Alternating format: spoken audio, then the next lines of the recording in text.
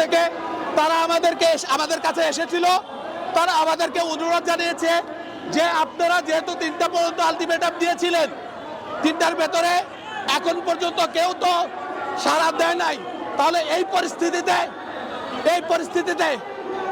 কি মাইক নিয়ে আসেন। তো এই পরিস্থিতিতে পুলিশ প্রশাসনের পক্ষ থেকে আসার পরে আমরা জানিয়েছি যে এরকম অবস্থান নিয়ে বারবার আমাদেরকে বাড়ি ফেরত পাঠানো হয়েছে, কিন্তু কখনোই আমাদের কথা রাখা হয় নাই। আমরা বিগত 12টা বছরে আমরা নির্যাতিত হয়েছি, আমরা প্রশ্ন পাশে বঞ্চিত হয়েছি, আমরা সীমাহীন দুর্নীতির শিকার হয়েছি।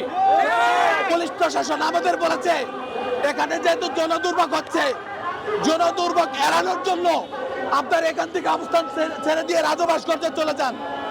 আমরা বলেছি এটা সাধারণ ছাত্রদের ব্যানারে সাধারণ ছাত্রছাত্রীর আন্দোলন, এই আন্দোলনে কেউ লিডার নাই, প্রত্যেকে লিডার।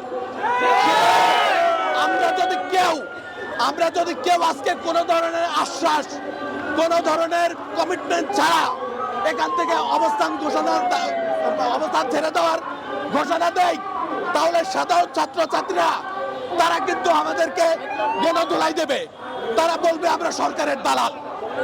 সুতরাং এই পরিস্থিতিতে সিদ্ধান্ত নেয়ার এখতিয়ার রাখে একমাত্র সাধারণ চাকরি প্রত্যাশীরা। এখানে যে হাজার হাজার চাকরি প্রত্যাশী আছে, তারা আজকে সিদ্ধান্ত নেবে যে তারা আজকে কোন রকম দাবি বাস্তবায়ন অথবা বাস্তবায়নের আশ্বাস ছাড়া এখান থেকে অবস্থান ছেড়ে দেবে কি দেবে না। আমরা পরিষ্কার সিদ্ধান্ত জানিয়েছি।